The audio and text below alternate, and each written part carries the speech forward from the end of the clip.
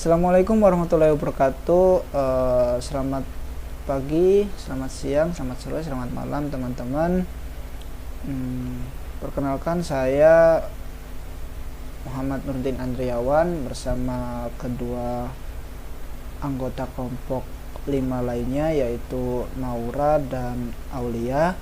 Kali ini kami akan menjelaskan, mempresentasikan materi untuk meninjau kurikulum 2013 dan pendekatan saintifik dan PPK. Oke, langsung saja. Untuk yang materi yang pertama akan saya jelaskan, yaitu tentang kurikulum 13. Kurikulum 13 adalah kurikulum baru yang dikeluarkan oleh Kemendikbud Republik Indonesia untuk menggantikan kurikulum sebelumnya, yaitu KTSP yang sudah diterapkan sejak 2006 lalu. Kurikulum ini mengutamakan pemahaman, skill, dan pendidikan karakter, sehingga siswa dituntut untuk paham atas materi, aktif dalam berdiskusi dan presentasi, serta memiliki sopan santun disiplin yang tinggi. Lalu berikutnya ada konsep pembelajaran kurikulum 13. Konsep yang dibawa pada kurikulum 2013 ini berupa pembelajaran merupakan suatu proses pengembangan potensi dan pembangunan karakter setiap siswa sebagai hasil dari sinergi antara pendidikan yang berlangsung di sekolah, keluarga, dan masyarakat. Proses pembelajaran kurikulum 2013 memberikan kesempatan kepada peserta didik untuk mengembangkan potensi mereka menjadi kemampuan yang semakin lama semakin meningkat, berkembang dalam sikap spiritual, sosial, pengetahuan, dan keterampilan yang diperlukan untuk dirinya, untuk hidup, dan untuk bermasyarakat, berbangsa, serta berkontribusi pada kesejahteraan hidup manusia. Tertulis pada Permendikbud nomor 104 tahun 2014 tentang pembelajaran. Lalu ada aspek-aspek dalam kurikulum 2013, yaitu yang pertama adalah pengetahuan, merupakan aspek yang ada di dalam materi pembelajaran untuk menambah wawasan siswa. Aspek pengetahuan tersebut telah diintegrasikan dengan pendidikan karakter yang telah direncanakan oleh pemerintah. Adapun aspek pengetahuan dibandingkan aspek karakter yang ada di setiap jenjang adalah sebagai berikut, yaitu pada SD 20% aspek pengetahuan, 80% aspek karakter. Lalu di SMP ada 40% aspek pengetahuan, 60% aspek karakter. Lalu di SMA ada 80% aspek pengetahuan, lalu sisanya 20% aspek karakter. Jadi di setiap jenjang makin ke atas, makin pendidikan karakter lebih menurun, lalu pendidikan aspek pengetahuan lebih ditingkatkan lagi, seperti itu. Lalu yang kedua ada aspek keterampilan, yaitu bertujuan untuk meningkatkan keterampilan siswa dalam membuat, melaksanakan, dan mengerjakan suatu soal atau proyek, sehingga siswa dapat terlatih sifat ilmiah dan karakter yang merujuk pada aspek keterampilan. Lalu yang terakhir ada aspek sikap dan perilaku, yaitu merupakan aspek penilaian dengan menilai sikap dan perilaku peserta didik selama proses pembelajaran. Aspek penilaian ini dinilai oleh guru dalam jurnal harian, teman sejawat dalam sebuah lembaran nilai, dan oleh diri sendiri. Lanjut. Lalu ada standar kompetensi lulusan pendidikan dasar dan menengah, yaitu standar kompetensi lulusan adalah kriteria mengenai kualifikasi kemampuan lulusan yang mencakup sikap, pengetahuan, dan keterampilan. Standar kompetensi lulusan dibagi di setiap jenjangnya, yaitu ada paket A, SD, MI atau SDLB, paket B, SMP, MTS, SMP, LB, paket C ada SMA, MA, SMK, MAK, SMA, LB. Lalu untuk kualifikasinya seperti berikut. Untuk paket A, untuk dimensi sikap, kualifikasinya adalah memiliki perilaku yang mencerminkan sikap orang beriman, berakhlak mulia, berilmu, percaya diri, dan bertanggung jawab dalam berinteraksi secara efektif dengan lingkungan sosial dan alam di lingkungan rumah, sekolah, dan tempat bermain. Untuk pengetahuan, memiliki pengetahuan faktual dan konseptual berdasarkan rasa ingin tahunya tentang ilmu pengetahuan, teknologi, seni, dan budaya dalam wawasan kemanusiaan, kebangsaan, kenegaraan, dan peradaban terkait fenomena dan kejadian di lingkungan rumah, sekolah, dan tempat bermain. Lalu untuk keterampilannya, memiliki kemampuan pikir dan tindak yang produktif dan kreatif dalam ranah abstrak dan konkret sesuai dengan yang ditugaskan kepadanya. Lalu untuk paket B untuk jenjang SMP dan sederajat, ada dimensi sikap, yaitu kualifikasinya adalah memiliki perilaku yang mencerminkan sikap orang beriman, berakhlak mulia, berilmu, percaya diri, dan bertanggung jawab dalam berinteraksi secara efektif dengan lingkungan sosial dan alam dalam jangkauan pergaulan dan keberadaannya. Lalu untuk dimensi pengetahuan, kualifikasinya adalah memiliki pengetahuan faktual, konseptual, dan prosedural dalam ilmu pengetahuan, teknologi, seni, dan budaya dengan wawasan kemanusiaan, kebangsaan, kenegaraan, dan peradaban terkait fenomena dan kejadian yang tampak mata.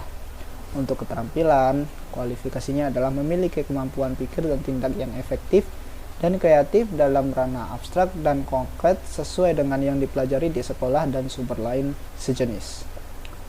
Lalu yang terakhir ada paket C, yaitu SMA, MA, SMK, dan sederajatnya, yaitu untuk dimensi sikap, memiliki perilaku yang mencerminkan sikap orang beriman, berakhlak mulia, berilmu, percaya diri, dan bertanggung jawab dalam berinteraksi secara efektif dengan lingkungan sosial dan alam, serta dalam menempatkan diri sebagai cerminan bangsa dalam pergaulan dunia.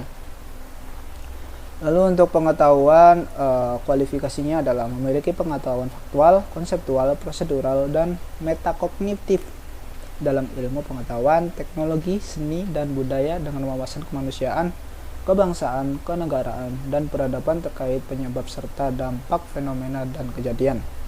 Untuk keterampilannya yaitu memiliki kemampuan pikir dan tindak yang efektif dan kreatif dalam ranah abstrak dan konkret sebagai pengembangan dari yang telah dipelajari di sekolah secara mandiri. Lalu berikutnya ada prinsip pembelajaran kurikulum 2013, yaitu yang pertama adalah peserta didik difasilitasi untuk mencari tahu. Jadi seperti yang kita tahu, guru menjadi fasilitatornya. Lalu yang kedua ada peserta didik belajar dari berbagai sumber belajar. Jadi lebih banyak sumber selain guru, seperti itu. Langsung selanjutnya ada proses pembelajaran menggunakan pendekatan ilmiah, ada pembelajaran berbasis kompetensi, pembelajaran terpadu, pembelajaran yang menekankan pada jawaban divergen dan memiliki kebenaran multidimensi. Itu yang ketujuh ada pembelajaran berbasis keterampilan aplikatif, lalu ada peningkatan hard skill dan soft skills.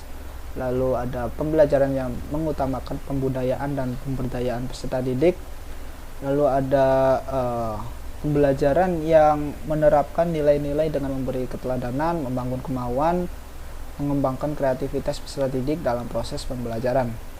Untuk yang nomor 11 adalah pembelajaran yang berlangsung di rumah, sekolah, dan masyarakat.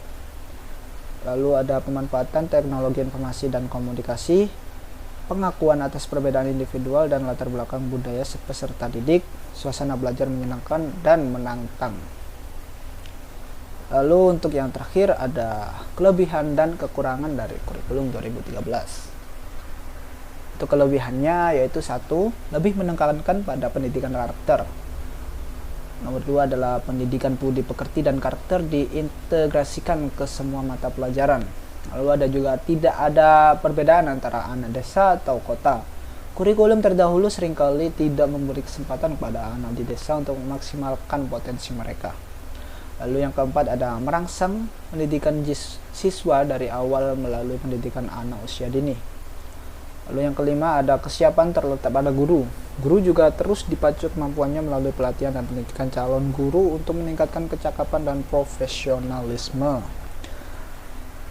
Lalu untuk kekurangannya yaitu yang pertama adalah pemerintah terlihat seolah menganggap seluruh siswa dan guru memiliki kapasitas dan kemampuan yang sama. Lalu untuk yang kedua, guru menjadi tidak terlalu terlibat dalam pengembangan kurikulum 2013 ini. Lalu yang ketiga adalah tidak ada keseimbangan antara proses pembelajaran dan hasil, karena ujian nasional masih memiliki efek yang sangat besar dalam penentuan nilai. Baik, mungkin itu dulu untuk materi kurikulum 13. Selanjutnya untuk materi selanjutnya akan dijelaskan oleh Naurasan. Silahkan. Materi yang kedua yakni pendekatan saintifik. Pendekatan saintifik adalah model pembelajaran yang menggunakan kaidah-kaidah keilmuan yang memuat serangkaian aktivitas pengumpulan data melalui observasi, menanya, eksperimen, mengolah informasi atau data, kemudian mengkomunikasikannya. Proses atau kegiatan pembelajarannya dirancang sedemikian rupa supaya siswa memiliki kemampuan untuk membangun konsep, prinsip, dan hukum secara aktif. Metode saintifik sangat relevan dengan 3 teori belajar, yaitu teori belajar Brunner, teori Piaget, dan teori Vygotsky. Teori belajar Brunner disebut juga teori belajar penemuan. Ada 4 hal pokok yang berkaitan dengan proses kognitif yang diperlukan dalam pembelajaran menggunakan pendekatan saintifik. Yang pertama, individu hanya belajar dan mengembangkan pikirannya apabila ia menggunakan pikirannya. Yang kedua, dengan melakukan proses-proses kognitif dalam proses penemuan, siswa akan memperoleh sensasi dan kepuasan intelektual yang merupakan suatu penghargaan intrinsik.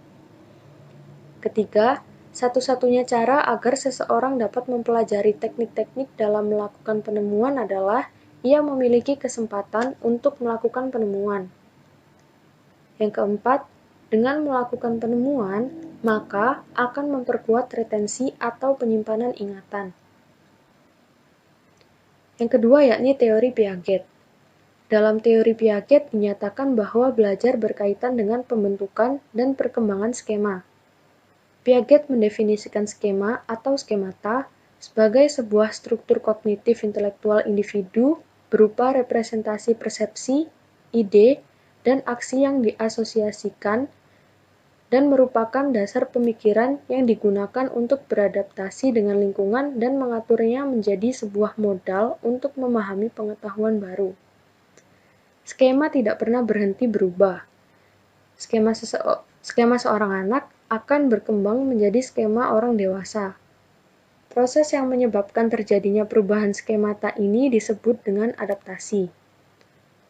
Proses terbentuknya adaptasi dapat dilakukan dengan 2 cara, yakni melalui proses asimilasi dan proses akomodasi. Proses asimilasi adalah proses penyerapan konsep baru ke dalam struktur kognitif yang telah ada. Pada proses asimilasi, seseorang menggunakan struktur atau kemampuan yang ada untuk menanggapi masalah yang datang dari lingkungannya. Sedangkan proses akomodasi adalah proses pembentukan skemata baru atau memodifikasi struktur kognitif yang telah ada supaya konsep-konsep baru dapat diserap. Dalam kegiatan pembelajaran, diperlukan adanya penyeimbangan antara asimilasi dan akomodasi. Kemudian teori yang ketiga yakni teori Vygotsky. Vygotsky dalam teorinya menyatakan bahwa pembelajaran terjadi apabila peserta didik bekerja atau belajar menangani tugas-tugas yang belum dipelajari, namun tugas-tugas itu masih berada dalam jangkauan kemampuan mereka. Atau bisa juga dikatakan bahwa tugas itu berada dalam zone of proximal development.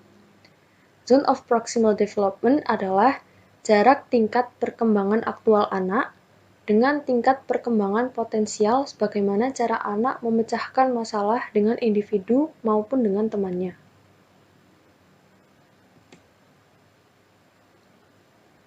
Kemudian, tujuan pendekatan saintifik. Tujuan pendekatan saintifik dalam pembelajaran antara lain yang pertama, meningkatkan kemampuan intelektual atau kemampuan berpikir siswa, khususnya kemampuan berpikir tingkat tinggi. Yang kedua, membentuk kemampuan dalam menyelesaikan suatu masalah secara sistematik. Yang ketiga, menciptakan kondisi pembelajaran sehingga siswa merasa bahwa belajar itu merupakan suatu kebutuhan. Yang keempat, siswa memperoleh hasil belajar yang baik dan bermakna. Yang kelima, melatih siswa dalam mengemukakan atau mengkomunikasikan ide-idenya, baik secara lisan maupun tertulis. Yang terakhir, mengembangkan karakter siswa. Proses pembelajaran dengan menggunakan pendekatan saintifik diarahkan agar siswa mampu merumuskan masalah dengan banyak menanya, bukan hanya menyelesaikan masalah dengan menjawab saja. Proses pembelajaran diharapkan diarahkan untuk melatih berpikir analitis, bukan berpikir mekanistis. Jadi maksudnya siswa dibimbing supaya bisa mengambil keputusan sendiri, tidak hanya diarahkan untuk mendengarkan dan menghafal semata. Selanjutnya, prinsip pendekatan saintifik menurut Hosnan. Beberapa prinsip pendekatan saintifik dalam pembelajaran menurut Hosnan antara lain, yang pertama, pembelajaran berpusat pada siswa.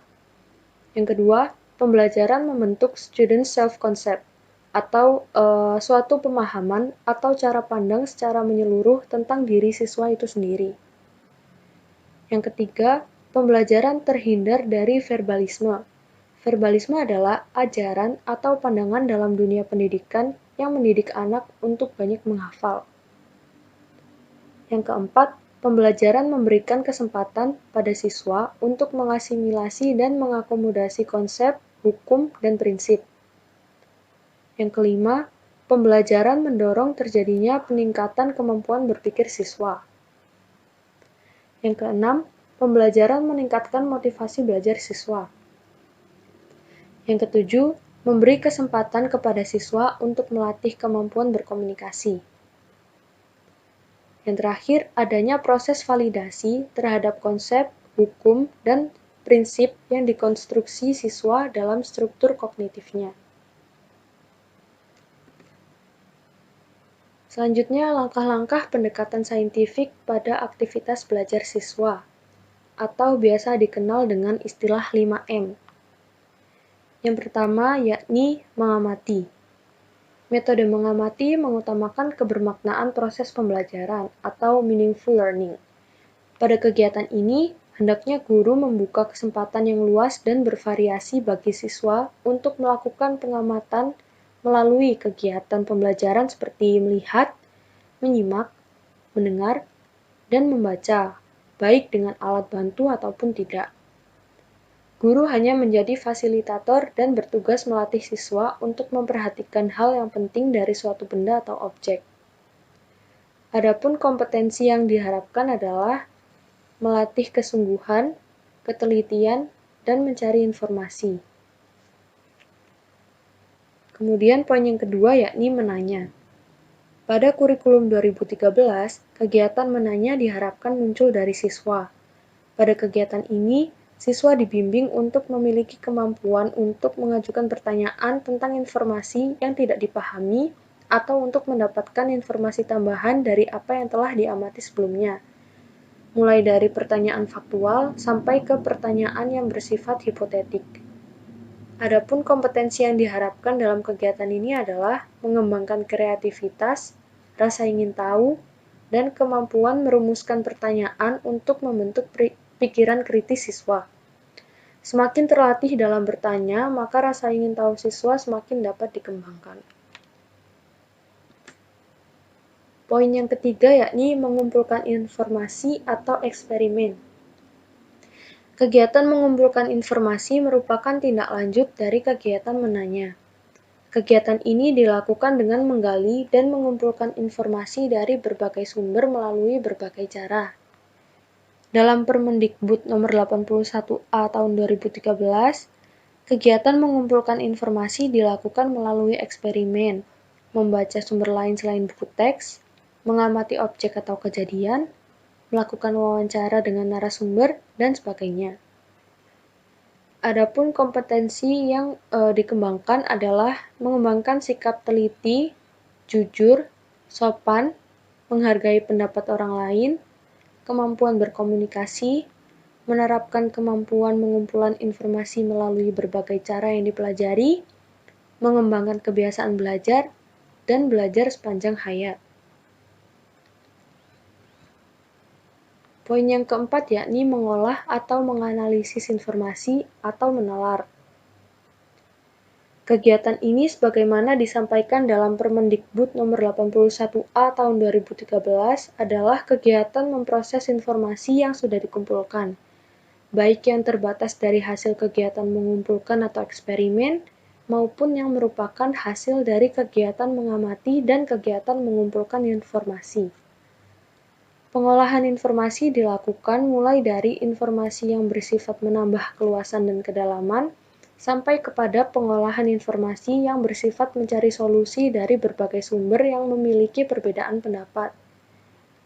Kegiatan ini dilakukan untuk menemukan pola dari keterkaitan satu informasi dengan informasi lainnya, atau bisa juga dikatakan untuk menghubungkan informasi yang sudah dimiliki dengan informasi yang baru diperoleh, sehingga mendapatkan pemahaman yang lebih baik tentang suatu hal. Adapun kompetensi yang diharapkan adalah mengembangkan sikap jujur, teliti, disiplin, taat aturan, kerja keras, kemampuan menerapkan prosedur, dan kemampuan berpikir induktif serta deduktif dalam menyimpulkan. Aktivitas ini juga diistilahkan sebagai kegiatan menalar, yaitu proses berpikir yang logis dan sistematis atas fakta-fakta empiris yang dapat diobservasi untuk memperoleh kesimpulan berupa pengetahuan. Aktivitas menalar dalam konteks pembelajaran pada kurikulum 2013 dengan pendekatan ilmiah banyak merujuk pada teori belajar asosiasi atau pembelajaran asosiatif. Istilah asosiasi dalam pembelajaran merujuk pada kemampuan mengelompokkan beragam ide dan mengasosiasikan atau mengaitkan berbagai peristiwa untuk kemudian memasukkannya menjadi penggalan memori. Pengalaman-pengalaman yang sudah tersimpan di memori otak berelasi dan berinteraksi dengan pengalaman sebelumnya yang sudah tersedia. Poin yang terakhir yakni mengkomunikasikan. Pada pendekatan saintifik, guru diharapkan memberi kesempatan kepada peserta didik untuk mengkomunikasikan apa yang telah mereka pelajari. Kegiatan ini dapat dilakukan melalui menuliskan atau menceritakan apa yang ditemukan dalam kegiatan mencari informasi, mengasosiasikan, dan menemukan pola. Sebagaimana disampaikan dalam Permendikbud nomor 81A tahun 2013, kegiatan mengkomunikasikan dalam kegiatan pembelajaran adalah menyampaikan hasil pengamatan, kesimpulan berdasarkan hasil analisis secara lisan, tertulis, maupun yang lainnya.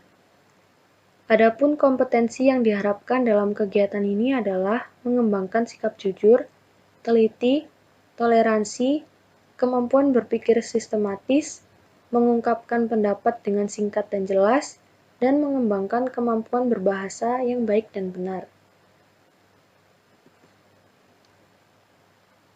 Yang selanjutnya yakni penerapan pendekatan saintifik dalam pembelajaran dan contohnya. Kegiatan pembelajaran meliputi 3 kegiatan pokok, yaitu kegiatan pendahuluan, kegiatan inti, dan kegiatan penutup. Dalam metode saintifik, tujuan utama dari kegiatan pendahuluan adalah memantapkan pemahaman siswa terhadap konsep-konsep yang telah dikuasai yang berkaitan dengan materi pelajaran baru yang akan dipelajari oleh siswa. Dalam kegiatan ini, guru harus mengupayakan agar siswa yang belum paham suatu konsep dapat memahami konsep tersebut, serta memberi pembetulan untuk siswa yang mengalami kesalahan dalam memahami konsep. Pada kegiatan ini, guru disarankan untuk menunjukkan fenomena atau kejadian aneh atau ganjil yang dapat menggugah timbulnya pertanyaan pada diri siswa. Yang kedua, kegiatan inti. Kegiatan inti merupakan kegiatan utama dalam proses penguasaan pengalaman belajar atau pembelajaran siswa. Kegiatan inti dalam pembelajaran adalah suatu proses pembentukan pengalaman dan kemampuan siswa secara terprogram yang dilaksanakan dalam durasi waktu tertentu. Kegiatan ini dalam metode saintifik ditujukan untuk terkonstruksinya konsep, hukum, atau prinsip oleh siswa dengan bantuan dari guru melalui langkah-langkah kegiatan yang diberikan sebelumnya. Kemudian yang terakhir yakni penutup. Kegiatan penutup ditujukan untuk dua hal pokok. Yang pertama, validasi terhadap konsep, hukum, atau prinsip yang telah dikonstruk oleh siswa. Dan yang kedua, pengayaan materi pelajaran yang dikuasai oleh siswa. Ya, berikut adalah contoh langkah-langkah pembelajaran yang menggunakan pendekatan saintifik dalam pembelajaran di SMA, khususnya pada mata pelajaran sejarah Indonesia. Dapat kita lihat pada kegiatan pendahuluan, kegiatan yang dilakukan adalah pengkondisian peserta didik. Kemudian, tanya jawab materi sebelumnya mengenai teori tentang proses masuk dan berkembangnya agama dan kebudayaan Hindu-Buddha di Indonesia dan dihubungkan dengan topik yang akan disampaikan. Kemudian menyampaikan tujuan pembelajaran. Selanjutnya pada inti, hal yang dilakukan adalah sesuai dengan istilah 5M yang sudah dijelaskan sebelumnya, yakni ada kegiatan mengamati, yakni melakukan pengamatan gambar Candi Borobudur dan Candi Prambanan, kemudian tanya jawab, mengumpulkan data, menganalisis, menarik kesimpulan, dan mengkomunikasikan. Kemudian pada kegiatan penutup, kegiatan yang dilakukan yakni menyimpulkan materi, kemudian dilakukan evaluasi dan refleksi, dan pemberian tugas sebagai pengayaan untuk siswa. Selanjutnya, poin yang terakhir yakni teknik penilaian dalam pembelajaran dengan pendekatan saintifik. Penilaian pada pembelajaran dengan pendekatan saintifik meliputi penilaian proses, penilaian produk, dan penilaian sikap. Yang pertama, penilaian proses atau keterampilan.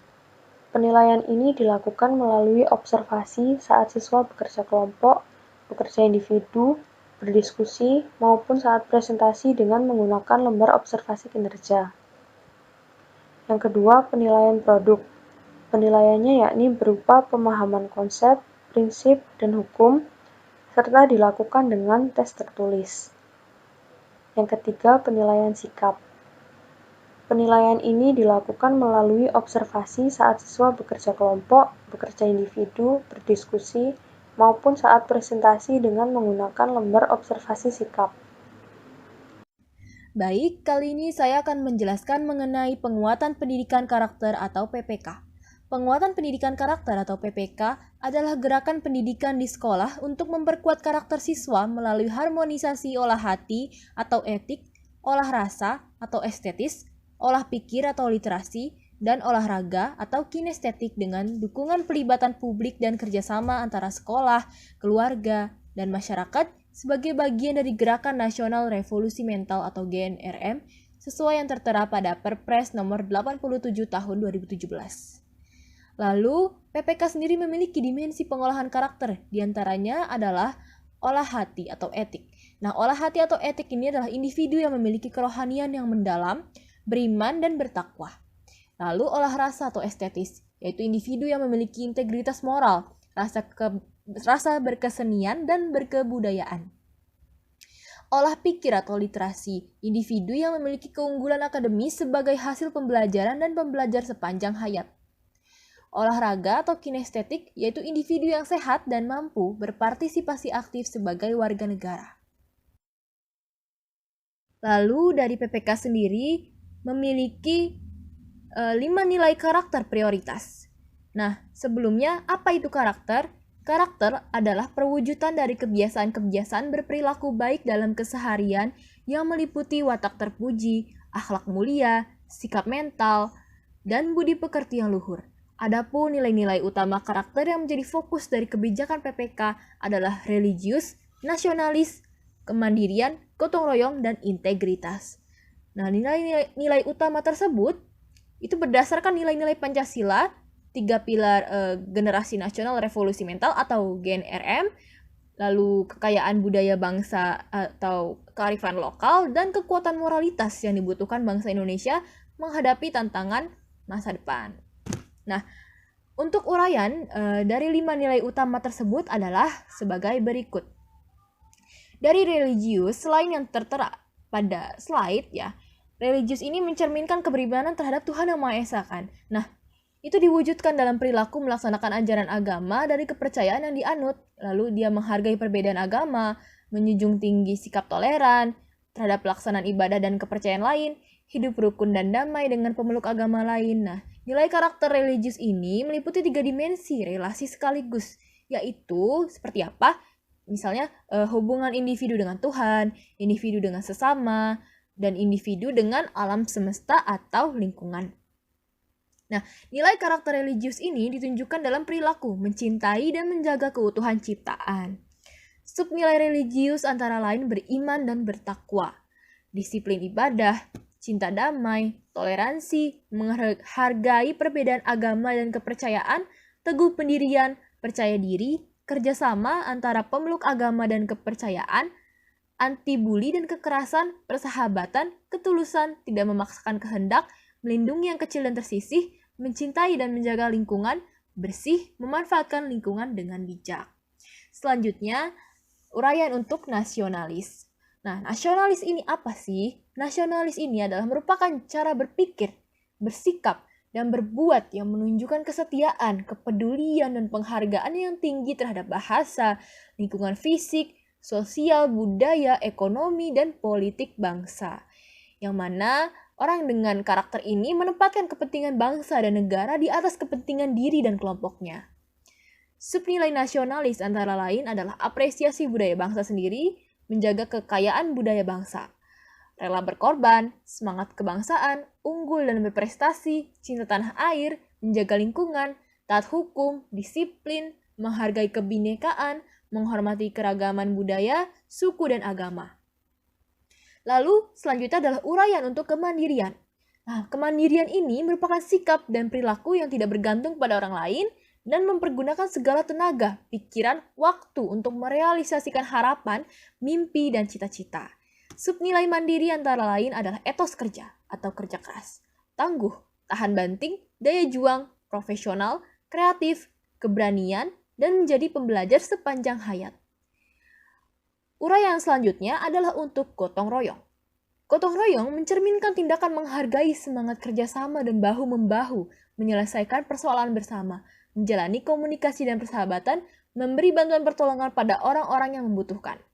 Subnilai gotong royong antara lain adalah menghargai, kerjasama, inklusif, komitmen atas keputusan bersama, musyawarah mufakat, tolong-menolong, solidaritas, empati, anti-diskriminasi, anti-kekerasan, dan sikap kerelawanan. Lalu selanjutnya adalah uraian untuk integritas. Integritas adalah nilai yang mendasari perilaku yang didasarkan pada upaya menjadikan dirinya sebagai orang yang dapat dipercaya dalam perkataan, tindakan, dan pekerjaan.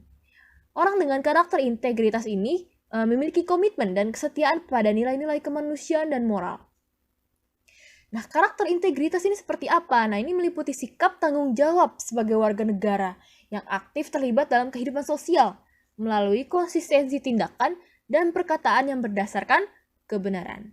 Subnilai integritas antara lain kejujuran, cinta pada kebenaran, setia, komitmen moral, anti korupsi, keadilan, tanggung jawab, keteladanan, dan menghargai martabat individu, terutama bagi penyandang disabilitas. Nah, selanjutnya kita beralih ke apa yang melatar belakangi pentingnya kebijakan PPK. Saat ini, Indonesia tengah menghadapi abad ke-21 yang ditandai dengan berbagai kecenderungan global. Nah, setidaknya terdapat 3 kecenderungan penting yang dihadapi bangsa Indonesia saat ini, yaitu berlangsungnya revolusi industri keempat yang ditandai dengan fenomena kemajuan teknologi, informasi, dan komunikasi dalam era revolusi digital. Kemudian ada perubahan peradaban masyarakat. Nah, ini ditandai dengan berubahnya sendi-sendi kehidupan, kebudayaan, peradaban, dan kemasyarakatan, termasuk pendidikan. Kemudian, semakin tegasnya fenomena abad kreatif yang menempatkan informasi, pengetahuan, kreativitas, inovasi, dan jejaring sebagai sumber daya strategis bagi individu, masyarakat, korporasi, dan negara. Nah, ketiga hal tersebut telah memunculkan tatanan baru, ukuran-ukuran baru, dan kebutuhan-kebutuhan baru yang berbeda dengan sebelumnya, yang harus ditanggapi dan dipenuhi oleh seluruh pemangku kepentingan pendidikan. Nah, disinilah letak peran sentral dari dunia pendidikan untuk menyiapkan sumber daya manusia atau SDM sebagai kapital intelektual yang mampu beradaptasi dan diharapkan memiliki keunggulan kompetitif di dalam era persaingan global. Lalu, apa tujuan dari PPK? Nah, tujuan dari PPK itu adalah membangun dan membekali peserta didik sebagai generasi emas Indonesia tahun 2045 dengan jiwa Pancasila dan pendidikan karakter yang baik guna menghadapi dinamika perubahan di masa depan. Nah, untuk mencapai tujuan dari PPK itu, kita harus mengembangkan platform pendidikan nasional yang meletakkan pendidikan karakter sebagai jiwa utama dalam penyelenggaraan pendidikan bagi peserta didik dengan dukungan pelibatan publik yang dilakukan melalui pendidikan jalur formal, non-formal, dan informal dengan memperhatikan keberagaman budaya Indonesia. Lalu kita juga harus merevitalisasi dan memperkuat potensi dan kompetensi pendidik, tenaga kependidikan, peserta didik, masyarakat, dan lingkungan keluarga dalam mengimplementasikan PPK. Terus selanjutnya, kita beralih ke fokus gerakan PPK. Nah, fokus gerakan PPK ini ada 3, yaitu struktur program, struktur kurikulum, dan struktur kegiatan. Struktur program meliputi jenjang dan kelas, ekosistem sekolah, penguatan kapasitas guru. Sementara struktur kurikulum adalah kegiatan pembentukan karakter yang terintegrasi dalam pembelajaran atau intrakurikuler, lalu kokurikuler, non-kurikuler, dan ekstrakurikuler. Nah, selanjutnya adalah struktur kegiatan. Struktur kegiatan ini apa? Yaitu berbagai program dan kegiatan yang mampu mensinergikan 4 dimensi pengolahan karakter oleh Ki Hajar Dewantara yang seperti saya tadi jelaskan, yaitu ada olah rasa, olah hati, olah pikir, dan olahraga. Gerakan PPK mendorong siswa memiliki karakter dan kompetensi abad ke-21, yaitu berpikir kritis, kreatif, dan mampu berkomunikasi dan berkolaborasi. Lalu selanjutnya kita beralih ke basis gerakan PPK dan integrasi intrakurikuler, kokurikuler, dan ekstrakurikuler. Nah, basis gerakan PPK ini kata-kata lainnya yaitu pendekatan implementasi PPK atau penerapan PPK pada satuan pendidikan. Nah, PPK ini jika diimplementasikan atau dilaksanakan ya, dengan 3 pendekatan sebagai berikut, yaitu ya PPK berbasis kelas. Nah, berbasis kelas ini apa? Yaitu seperti integrasi proses pembelajaran di dalam kelas melalui isi kurikulum dalam mata pelajaran, baik secara tematik maupun terintegrasi. Lalu memperkuat manajemen kelas dan pilihan metodologi dan evaluasi pengajaran. Lalu mengembangkan muatan lokal sesuai dengan kebutuhan daerah. Nah, berbasis budaya sekolah ini seperti apa? Yaitu pembiasaan nilai-nilai dan dalam keseharian sekolah. Keteladanan orang dewasa di lingkungan pendidikan, melibatkan ekosistem sekolah, ruang yang luas pada segenap potensi siswa melalui kegiatan kokurikuler dan ekstrakurikuler. Lalu memberdayakan manajemen sekolah, dan yang terakhir mempertimbangkan norma, peraturan, dan tradisi sekolah. Selanjutnya berbasis masyarakat. Berbasis masyarakat ini seperti apa? Yaitu potensi lingkungan sebagai sumber pembelajaran seperti keberadaan serta dukungan pegiat seni dan budaya, tokoh masyarakat, dunia usaha, dan dunia industri. Lalu sinergi PPK dengan berbagai program yang ada dalam lingkup akademisi, pegiat pendidikan, dan LSM.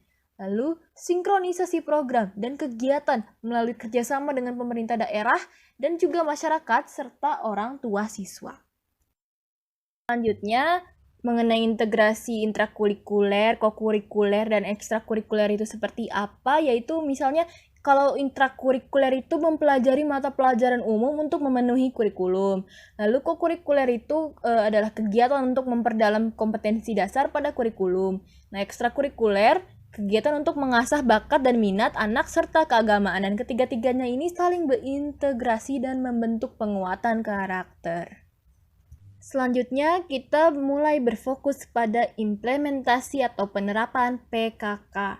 Nah, kita mulai dulu dari peta jalan gerakan PPK ini awalnya seperti apa. Jadi dimulai pada tahun 2016, yaitu ada kajian pengembangan konsep PPK ya. Kajian awalnya berbagi praktik baik, pemetaan dan penetapan, sekolah uji coba, diskusi kelompok terpumpun, penyusunan konsep PPK, pelatihan dan pengembangan SDM, serta finalisasi dokumen PPK. Nah, kemudian pada tahun 2016 juga ada pematangan konsep PPK, yaitu uji coba tahap 1 di 42 sekolah dan tahap 2 di 500 sekolah, supervisi dan pendampingan, serta evaluasi uji coba PPK. Nah, di tahun selanjutnya, di 2017, implementasi mandiri dan bertahap, yaitu mulai dilakukan pada tingkat SD dan SMP dari 34 provinsi sebanyak 1.626 sekolah. Nah, pada tahun 2018, implementasi mandiri dan bertahap ini mulai bertambah. Masih kepada SD dan SMP dari 34 provinsi, namun jumlahnya bertambah menjadi 3.252 sekolah. Nah, di tahun itu juga, dari 2018 hingga 2020, nanti ada pemantauan dan evaluasi. Nah, di 2019 ini ada apa? Hingga 2020, yaitu ada pengembangan implementasi PPK secara mandiri. Lalu kemudian hingga akhirnya ada implementasi penuh dan mandiri, yaitu implementasi penuh PPK kepada seluruh sekolah. Begitu. Nah, gerakan PPK akan dilaksanakan secara bertahap dan disesuaikan dengan kebutuhan serta kondisi masing-masing sekolah.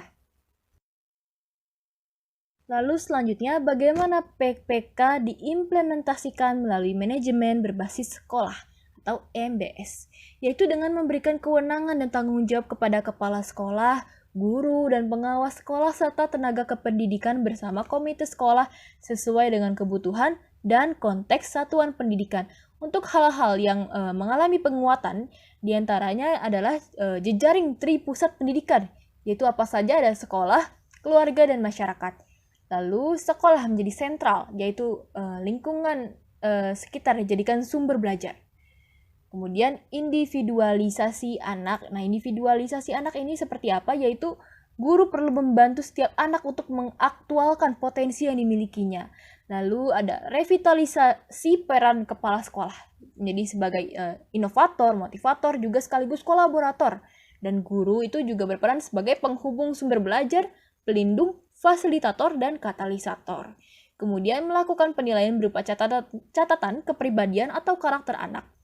Melakukan sinkronisasi dan pembiasaan baik dalam kegiatan intrakurikuler, kokurikuler, ekstrakurikuler, dan non-kurikuler, serta melaksanakan penguatan peran keluarga sebagai pendidik pertama dan utama dalam penumbuhan dan pembiasaan karakter anak itu sendiri.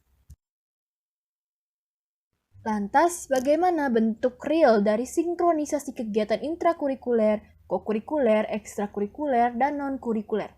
Nah, pada kegiatan intrakurikuler ini sendiri, guru tidak hanya menyampaikan ilmu pengetahuan sesuai dengan mata pelajaran, namun juga memasukkan unsur budi pekerti atau karakter di dalamnya. Nah, misalnya kalau di dalam pembelajaran bahasa Jepang, misalnya ketika kita diajarkan tata bahasa, nah dalam tata bahasanya sendiri ini, nanti ada interpretasi tentang misalnya orang Jepang ini menggunakannya dalam kondisi apa. Nah, kenapa sih orang Jepang ini harus sopan ketika menggunakan bentuk bahasa ini? Nah, lebih dalam ke pendalaman karakter seperti itu. Lalu ada kokurikuler. Nah, di sini seperti penghayatan. Jadi misalnya ada siswa melakukan kegiatan studi lapangan di kawasan pertanian. Nah, siswanya akan menghayati bagaimana kerja keras petani. Nah, hal ini juga akan membentuk karakter siswa. Ekstrakurikuler bukan sebuah istilah yang jarang didengar ya. Ini kegiatan yang dilakukan sesuai minat dan bakat siswa dan dilakukan di bawah bimbingan guru, pelatih, serta melibatkan orang tua dan masyarakat. Lalu selanjutnya non-kurikuler, yaitu contohnya apa sih non-kurikuler ini? Bentuk realnya dari sinkronisasi ini. Nah, non-kurikuler ini ada upacara bendera yang setiap hari dilaksanakan setiap hari Senin, ada apel, menyanyikan lagu Indonesia Raya, lagu nasional, dan berdoa bersama, dilanjutkan dengan pembacaan kitab suci, dan atau buku-buku non-pelajaran tentang PBP atau 15 menit sebelum memulai pembelajaran. Misalnya, jika kalian sudah pernah mengalami, sebelum memulai pembelajaran itu ada kegiatan literasi ya, literasi. Nah, itu kita membaca buku apapun, entah itu novel atau buku improvisasi diri. Nah, itu termasuk dalam kegiatan penguatan karakter, kategori non-kurikuler. Nah, selanjutnya apa peran pendidikan formal maupun non-formal dalam pendidikan karakter? Nah, pada hakikatnya pendidikan karakter perlu didukung oleh tata peradaban dan penyelenggaraan pendidikan dalam arti luas. Nah, pendidikan sebagai tanggung jawab kolektif seluruh warga Indonesia memerlukan dukungan struktur pendidikan formal, informal, dan bahkan non-formal secara komprehensif dan terpadu sesuai dengan nilai-nilai luhur budaya bangsa secara berkesinambungan dan berkelanjutan. Pendidikan karakter secara ideal diimplementasikan di semua jenjang pendidikan, yaitu mulai dari PAUD, pendidikan dasar dan menengah, pendidikan tinggi, serta di lingkungan masyarakat luas.